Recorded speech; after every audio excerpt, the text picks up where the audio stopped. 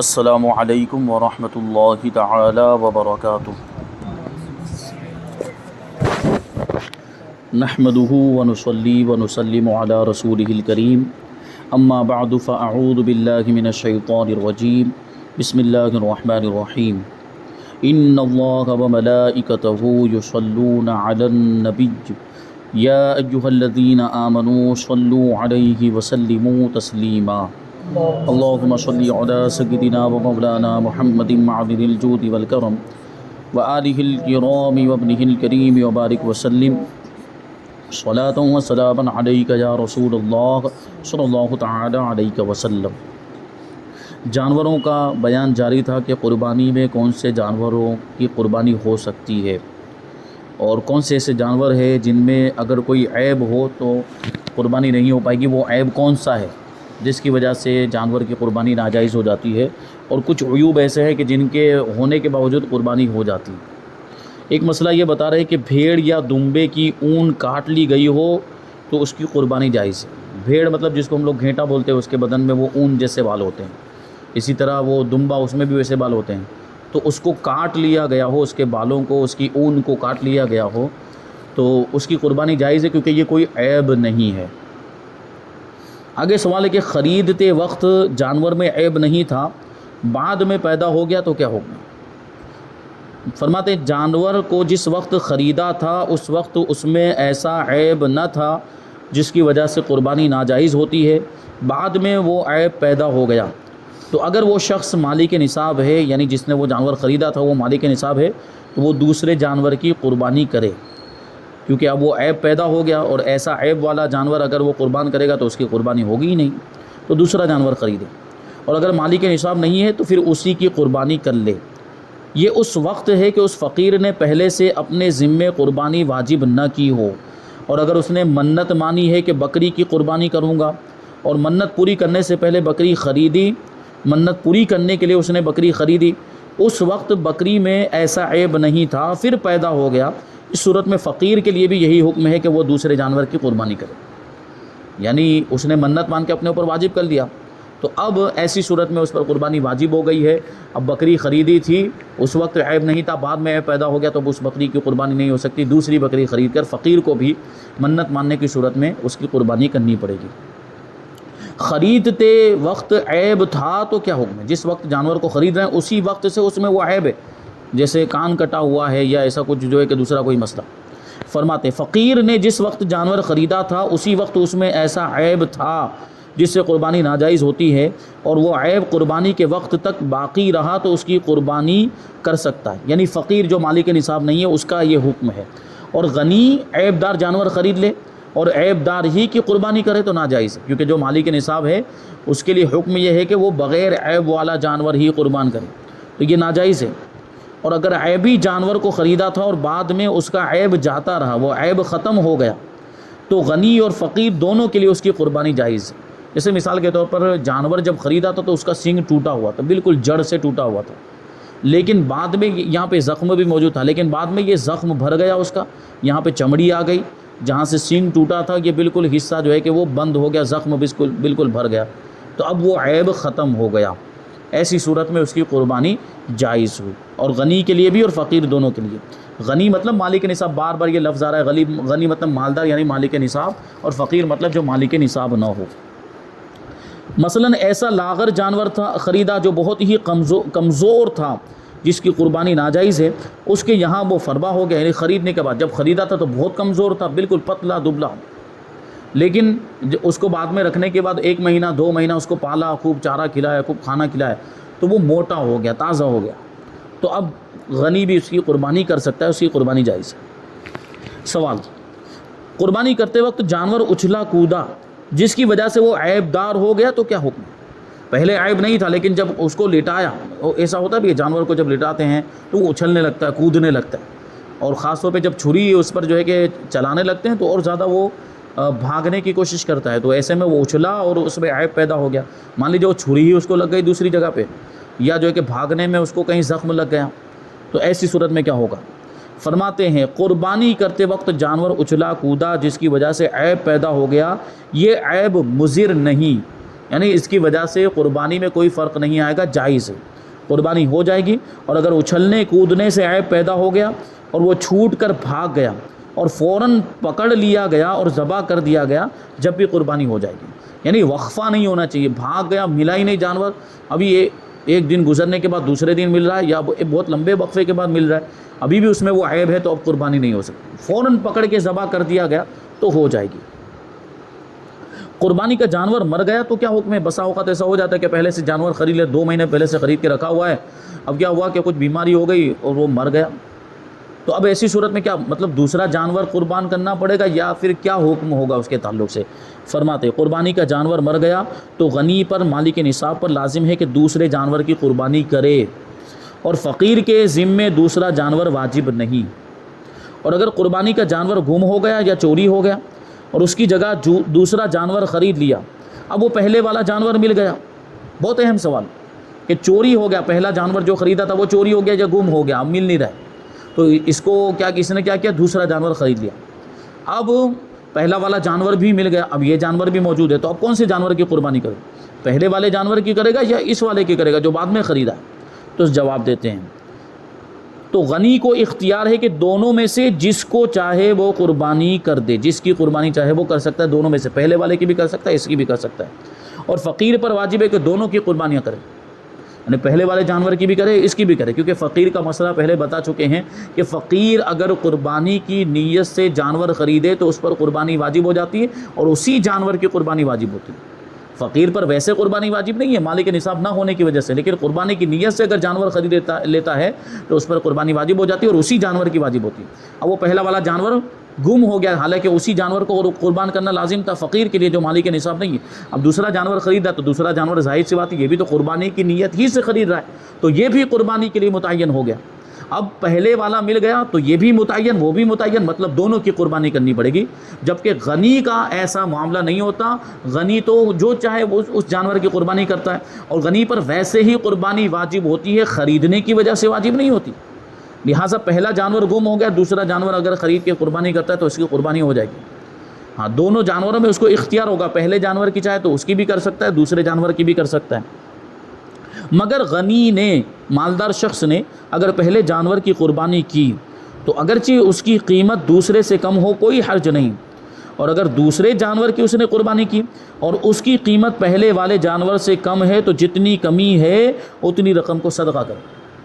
پہلے والے جانور کی کرتا ہے تو کوئی حرج نہیں، چاہے کم ہو یا زیادہ ہو کوئی مسئلہ نہیں، لیکن دوسرے والے جانور کی، غنی آدمی دوسرے والے جانور کی قربانی کر رہا ہے تو ایسی صورت میں دیکھا جائے گا کہ پہلے والے جانور کی اور اس کی قیمت میں کوئی فرق ہے یا نہیں، اگر کوئی فرق نہیں ہے تو ایسی صورت میں بھی ہو جائے گی قربانی، کوئی مسئلہ نہیں، اور اگر اس کی قیمت زیادہ ہے، دوسرے والے جانور کی قیمت زیادہ ہے تب بھی ہو جائے گی، لیکن اگر دوسرے والے جانور کی قیمت پہلے والے جانور کے مقابلے میں کم ہے، مان لو کہ پہلا والا جانور 20,000 کا تھا اور یہ والا جانور 15,000 کا ہے، تو 5,000 کا جو ڈیفرنس ہو رہا ہے اتنی رقم کو اس کو کیا کرنا پڑے گا؟ صدقہ کرنا پڑے گا۔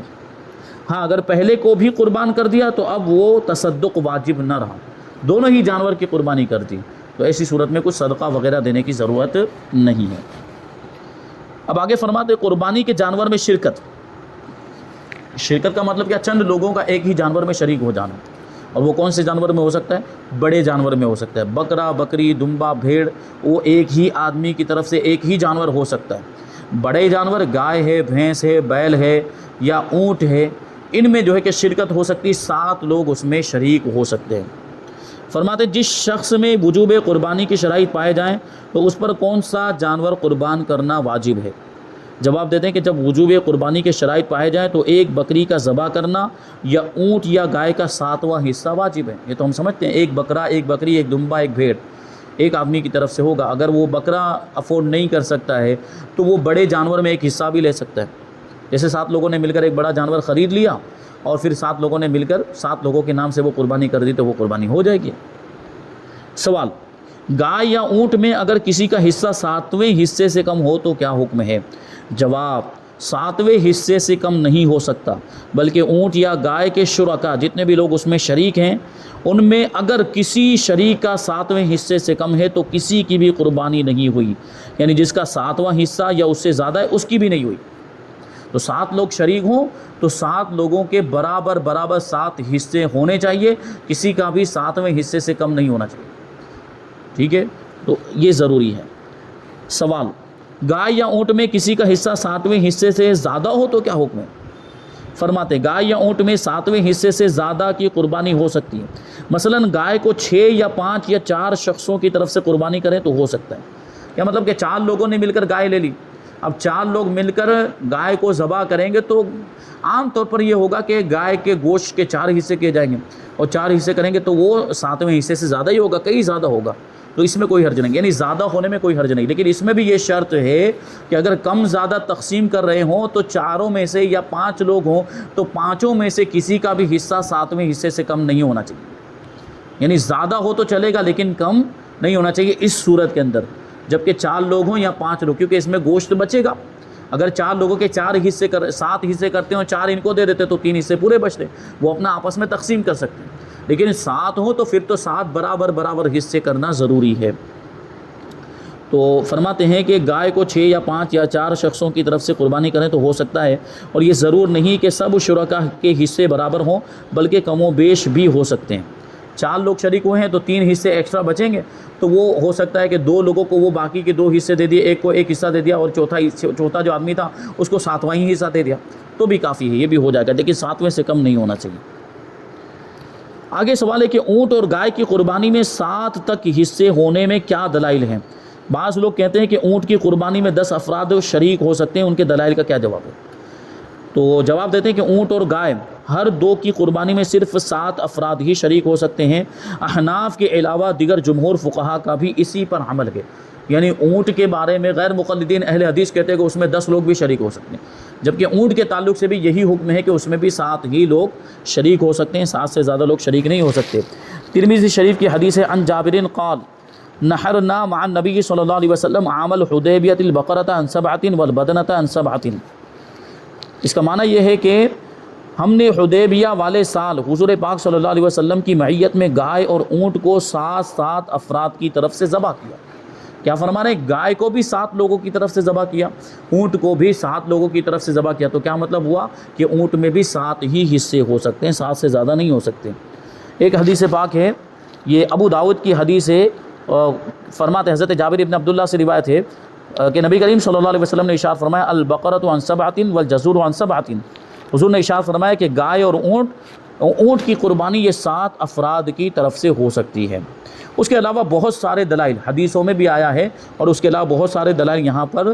اس تعلق سے ذکر کیے ہیں، علماء کے اقوال، فقہا کے اقوال، صحابہ کرام کے آثار کو بھی ذکر کیا ہے، جس سے یہی بات ثابت ہوتی ہے کہ یہ جو اونٹ ہے اس میں بھی 7 ہی حصے ہو سکتے ہیں، 7 سے زیادہ نہیں ہو سکتے۔ تو وہ دلائل کو ابھی ہم چھوڑ رہے ہیں کیونکہ یہاں بات ثابت ہو گئی، 2 حدیثیں بھی بیان کر دی ہیں۔ تو آگے کا سوال شامل کرتے ہیں کہ گائے وغیرہ میں شرکت کی تو گوشت کیسے تقسیم کریں گے؟ جواب، شرکت میں گائے کی قربانی ہوئی تو ضرور ہے کہ گوشت وزن کر کے تقسیم کیا جائے، اندازے سے تقسیم نہ ہو، یعنی ایک گائے کے اندر مثال کے طور پر یا جو ہے کہ ایک بھینس کے اندر 7 لوگ شریک ہو گئے تو اب ہر ایک کا 7واں حصہ ہے، تو اس کو کیسے تقسیم کریں کہ گوشت کو وزن کر کے برابر 7 حصے کرنے پڑیں گے، وزن کرنا ضروری، ورنہ اندازے سے اگر ہم تقسیم کرنا چاہیں گے تو کسی کا زیادہ ہو سکتا ہے، کسی کا کم ہو جائے گا، تو ایسی صورت میں اگر کسی کا کم ہو گیا 7ویں حصے سے تو پھر باقی لوگوں کی بھی قربانی ضائع ہو جائے گی، تو ضروری ہے کہ وزن کر کے اس کو تقسیم کیا جائے، کہ کسی کو زائد یا کم ملے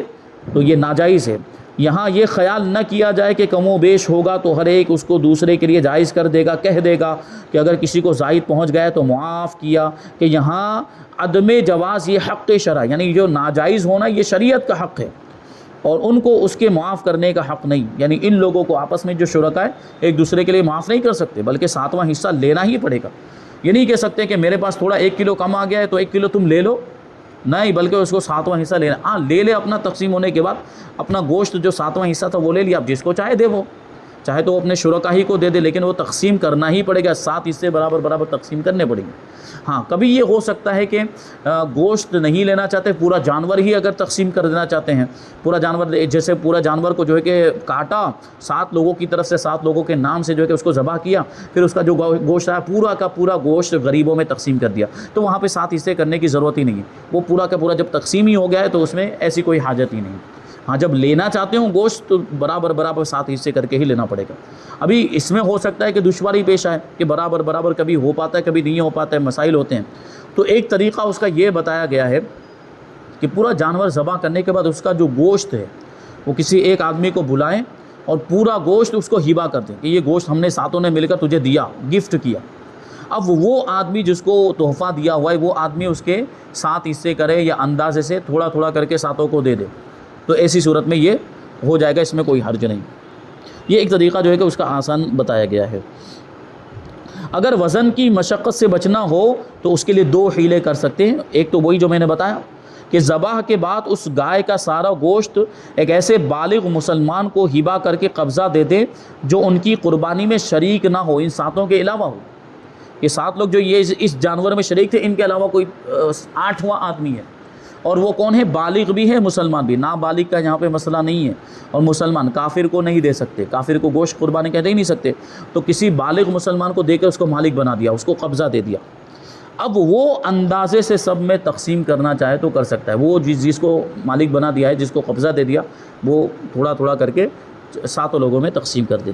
دوسرا طریقہ اس سے بھی آسان طریقہ ہے کہ گوشت تقسیم کرتے وقت اس میں دوسری جنس مثلا کلیجی، تلی، سری پائے وغیرہ شامل کیے جائیں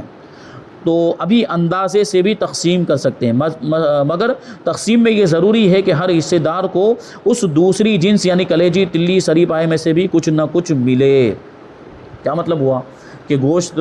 ابھی گوشت ہونے کی حیثیت سے وہ ایک جنس ہے، لیکن جانور کے اندر جو کلیجی ہے یا فرما رہے ہیں کہ تلی ہے یا سری پائے وغیرہ یہ الگ جنس رکھتے ہیں، اس کو عام طور پر گوشت نہیں کہا جاتا. تو اب اگر یہ ان چیزوں کے تھوڑے تھوڑے حصے کر کے کلیجی ہے اور تلی وغیرہ کو تھوڑا تھوڑا حصہ کر کے 7 حصوں میں تھوڑا تھوڑا ڈال دیا، تو اب اگر تھوڑا بہت کم زیادہ بھی ہو جائے گا تو جائز ہے، کیونکہ اب یہ جنس تبدیل ہو گئی. آگے فرماتے کہ قربانی کے شرکاء میں سے ایک کا انتقال ہو گیا تو کیا حکم ہے؟ ابھی شریک کیا تھا جانور کے اندر، 7 لوگوں کو شریک کیا تھا، ابھی قربانی ہوئی نہیں ہے کہ 7 لوگوں میں سے ایک انتقال کر گیا. تو جو اب ظاہر سی بات ہے زندہ پر قربانی واجب ہے، مردہ آدمی پر قربانی واجب ہی نہیں ہے جو انتقال کر گیا. تو اب ان میں سے ایک مر گیا ہے، ایک کا انتقال ہو تو اس کے حصے کا کیا کریں گے؟ وہی سوال ہے. جواب دیتے ہیں 7 شخصوں نے قربانی کے لیے گائے خریدی تھی، ان میں سے ایک کا انتقال ہو گیا. اس کے وارثوں نے شرکاء سے یہ کہہ دیا کہ تم اس گائے کو اپنی طرف سے اور اس کی طرف سے قربان کرو. انہوں نے کر لی تو سب کی قربانیاں جائز. کیا مطلب ہوا کہ مرحوم کے جو بھی وارث ہیں، اس کے بیٹے وغیرہ جو بھی ہوں، انہوں نے یہ شریک جو تھے اس کے ساتھ ان کو کہہ دیا کہ تم اپنی طرف سے بھی کر لو اور ہمارے مرحوم والد کی طرف سے بھی کر لو، تو یہ قربانی ہو جائے گی. اور اگر بغیر اجازت ورثہ ان شرکاء نے قربانی کی تو کسی کی نہیں ہوگی، یعنی وارثوں کی اجازت نہیں لی، وارثوں کی اجازت کے بغیر انہوں نے قربانی کر دی تو قربانی نہیں ہوگی. کیوں؟ کیونکہ اب وہ جو حصہ تھا جو ان کے شریک کا جس کا انتقال ہو گیا اس میں وارثوں کا حق ثابت ہو گیا، کیونکہ جو مرنے والا مرحوم ہوتا ہے اس کی جائیداد میں اس کے وارثوں کا حق خود بخود ثابت ہو جاتا ہے. تو اب یہ حصہ اس کے وارثوں کا ہو گیا. اب وہ اجازت دیتے ہیں تب تو ہو جائے گی قربانی، لیکن اگر وارث اجازت نہیں دیتے یا وارثوں کی اجازت کے بغیر قربانی کر رہے ہیں تو یہ ناجائز ہوا، اور یہ ایک حصے کی قربانی نہیں ہوئی. اور ایک جانور میں اگر ایک حصے کی قربانی نہیں ہو رہی ہوتی ہے تو اس میں جتنے بھی شریک ہوتے ہیں ان میں سے کسی کی بھی نہیں ہوتی، تو کسی کی بھی قربانی نہیں ہوگی. آگے ایک سوال اور شامل کرتے ہیں کہ قربانی کے شرکاء میں سے ایک کافر یا ایسا بد مذہب ہے جس کی بد مذہبی حد کفر تک پہنچی ہوئی ہے، تو قربانی کا کیا حکم ہے؟ یعنی قربانی کے 7 شریکوں میں ایک کافر کو شریک کر لیا، یا جو ہے کہ ایک ایسے بد مذہب کو شریک کر لیا جو کفری عقیدہ رکھتا ہے، تو ایسی صورت میں قربانی کا کیا حکم ہے؟ جواب دیتے ہیں کہ گائے کے شرکاء میں سے ایک کافر ہے تو کسی کی قربانی نہیں ہوئی، یا ایسے بد مذہب کو شامل کر لیا ہے بڑے جانور کے اندر کہ جس کی بد مذہبی حد کفر تک پہنچی ہوئی ہے، یعنی کفری عقیدہ رکھتا ہے، تو کسی کی بھی قربانی نہیں. یعنی وہ ایک حصے کی قربانی نہیں ہو رہی، جب ایک کی نہیں ہو رہی ہے تو پورے جانور میں جتنے بھی شریک ہیں کسی کی بھی نہیں ہوگی. آگے سوال ہے کہ قربانی کے شرکاء میں کسی کی نیت قربانی کی نہیں بلکہ صرف گوشت حاصل کرنے کی ہے تو کیا حکم ہے؟ جواب دیتے ہیں کہ ان میں سے کسی ایک شخص کا مقصود قربانی نہیں ہے بلکہ گوشت حاصل کرنا ہے تو کسی کی بھی قربانی نہیں ہوئی، کیونکہ قربانی کے جانور میں بڑے جانور میں جتنے لوگ شریک ہو رہے ہیں سب کی نیت ثواب کی ہونا ضروری ہے. تقرب کی، ایسے کام کی وہ نیت کریں جو ثواب میں شمار ہوتا ہے، جیسے قربانی یہ ثواب کا کام ہے، عقیقہ یہ ثواب کا کام ہے، ولیمہ یہ بھی ثواب کا کام ہے. تو یہ ساری چیزیں ایسے لوگ اس نیت کے ساتھ شریک ہو سکتے ہیں۔ اسی وجہ سے یہ بھی تو فرمایا جاتا ہے کہ قربانی کے جانور میں عقیقہ بھی کیا جا سکتا ہے۔ قربانی کے جانور میں اگر ولیمہ، مان لیجئے کہ انہی ایام میں اگر کسی کی شادی ہو رہی ہو اور وہ اپنا ولیمہ کرنا چاہتا ہے تو قربانی کے یہ بڑے جانور کے اندر وہ اپنے ولیمے کا حصہ شامل کر سکتا ہے، کیونکہ ولیمہ سنت ہے اور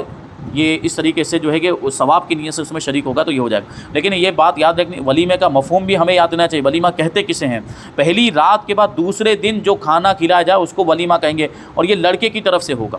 یہ ہمارے یہاں پہ شروع ہی سے، ابھی شادی ہوئی نہیں، ابھی نکاح نہیں ہوا، 2-3 دن پہلے سے کھانے کی دعوتیں اڑائی جا رہی ہیں، مہمان نوازیاں ہو رہی ہیں، یہ ولیمے میں شمار نہیں ہوگا۔ ولیمہ جو ہوتا ہے وہ بعد میں، شب زفاف کے بعد میں ہوتا ہے، تو یہ بات ذہن میں رہنی چاہیے۔ تو فرماتے ہیں کہ ان میں سے اگر کسی بھی ایک شخص کی صرف گوشت حاصل کرنے کی نیت ہے، قربانی کی نیت نہیں ہے، تو کسی کی بھی قربانی نہیں ہوئی، کیونکہ تمام شرکاء کی نیت تقرب یعنی ثواب کے کام کی ہونا ضروری ہے۔ سب کی نیت کیا ہونی چاہیے؟ ثواب کے کام کی ہونی چاہیے۔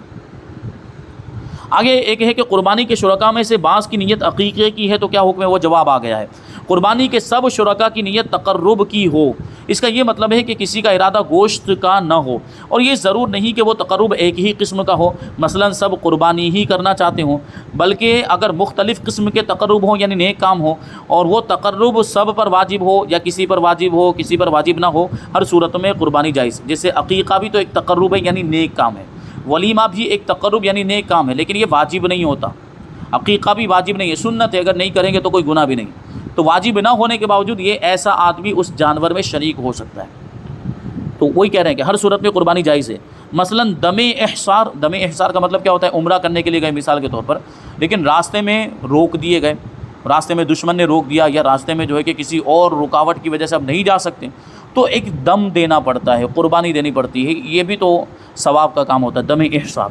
اور احرام میں شکار کرنے کی جزا، یعنی احرام کی حالت میں شکار نہیں کیا جا سکتا، اگر احرام کی حالت میں کوئی شکار کر لے تو اس کو دم دینا پڑے گا، یعنی جس طرح کا جانور اس نے شکار کیا ہے اس طرح کا جانور اب اس کو قربان کرنا پڑے گا، تو یہ بھی ایک نیک کام میں شمار ہوگا۔ سر منڈانے کی وجہ سے دم واجب ہو، احرام کی حالت میں سر منڈا لیا تو دم واجب ہو جاتا ہے، تو وہ بھی اس میں شریک ہو سکتے ہیں۔ تمتع اور قران کا دم، یعنی حج کی 2 قسمیں، حج کی ویسے 3 قسمیں ہیں، لیکن تمتع اور قران کے اندر قربانی بھی کرنی پڑتی ہے، یہ وہ حج کی قربانی ہوتی ہے، تو وہ قربانی والا بھی اس میں شریک ہو سکتا ہے۔ ان سب کے ساتھ قربانی کی شرکت ہو سکتی ہے۔ اسی طرح قربانی اور عقیقے کی بھی شرکت ہو سکتی ہے کہ عقیقہ بھی تقرب یعنی نیک کام کی ہی ایک صورت ہے۔ آخری سوال ہے اس باب میں، شامل کرتے ہیں کہ گائے خریدنے کے بعد دوسروں کو اس میں شریک کرنا کیسا ہے۔ ابھی تک تو جو بات چل رہی تھی کہ پہلے 7 لوگ ملے، جمع ہوئے، انہوں نے پیسہ نکالا، بھائی گائے مثال کے طور پر یا بھینس جو ہے ابھی مل رہی ہے 20,000 روپے کی، اور ان لوگوں نے مل کر 7 لوگوں نے مل کر 20,000 روپے جمع کیے، ہر آدمی نے اپنے اعتبار سے اپنے حصے کی رقم نکالی اور سب نے مل کر خرید لیا، تو اس میں تو کوئی حرج نہیں۔ لیکن یہاں بات کیا چل رہی، سوال کیا ہے کہ ایک آدمی نے گائے خرید لی ہے، ایک آدمی نے پہلے بھینس خرید لی، اب بعد میں لوگوں کو شریک کر رہے ہیں، تو ایسی صورت میں کیا حکم ہوگا بتاتے ہیں۔ قربانی کے لیے گائے خریدی، پھر اس میں 6 شخصوں کو شریک کر لیا، سب کی قربانی ہو جائے گی، مگر ایسا کرنا مکروہ ہے، کیونکہ اس نے جب خریدا تو صرف اکیلا تھا، قربانی کی نیت سے خریدا تھا تب اکیلا تھا، اکیلے اس کی قربانی کی نیت تھی، بعد میں شریک کر رہا ہے، جبکہ اس کو کرنا کیا چاہیے تھا؟ پہلے شریک کرتا، اس وجہ سے اس کو فرماتے مکروہ ہے۔ ہاں اگر خریدنے ہی کے وقت اس کا یہ ارادہ تھا کہ اس میں دوسروں کو شریک کروں گا تو اب مکروہ نہیں ہے، اور اگر خریدنے سے پہلے ہی شرکت کر لی جائے تو یہ سب سے بہتر طریقہ، پہلے ہی سے پیسے ملا لیے سب نے، 7 لوگوں نے مل کر، اور پھر اسی پیسوں سے خریدا تو یہ پہلے ہی سے شرکت ہو گئی، یہ سب سے بہتر طریقہ۔ اور اگر غیر مالی کے نصاب نے قربانی کے لیے گائے خریدی تو خریدنے سے ہی اس پر اس گائے کی قربانی واجب ہو گئی، اب وہ دوسرے کو شریک نہیں کر سکتا، یعنی پوری گائے کو اب وہ اکیلا، وہ اپنی طرف سے ہی قربانی کرے گا، دوسرے کو اس میں شریک نہیں کر سکتا۔ یہ کچھ مسائل بیان کیے۔ اب قربانی کے بعض مستحبات بتائیں گے، کچھ ایسی چیزیں جو قربانی کرنے میں ان کا لحاظ کیا جائے تو ثواب زیادہ ملے گا۔ پھر قربانی کے گوشت کو کیا کرنا چاہیے، اور اس کے بعد ہے حلال جانور کے ممنوع اعضاء، یعنی قربانی کے جانور ہوں یا جانور دوسرے بھی ہوں، اگر ان کو ذبح کیا جائے حلال جانور تو کون سے ان کے ایسے اعضاء ہیں جسم کے حصے جس کو نہیں کھا سکتے، انشاءاللہ اس کو آگے بیان کریں گے۔ اللہ تبارک و تعالیٰ کی بارگاہ میں دعا ہے کہ جو کچھ بھی بیان ہوا اس پر ہم سب کو عمل کرنے کی توفیق عطا فرمائے۔ وما علینا الا البلاغ۔ السلام علیکم۔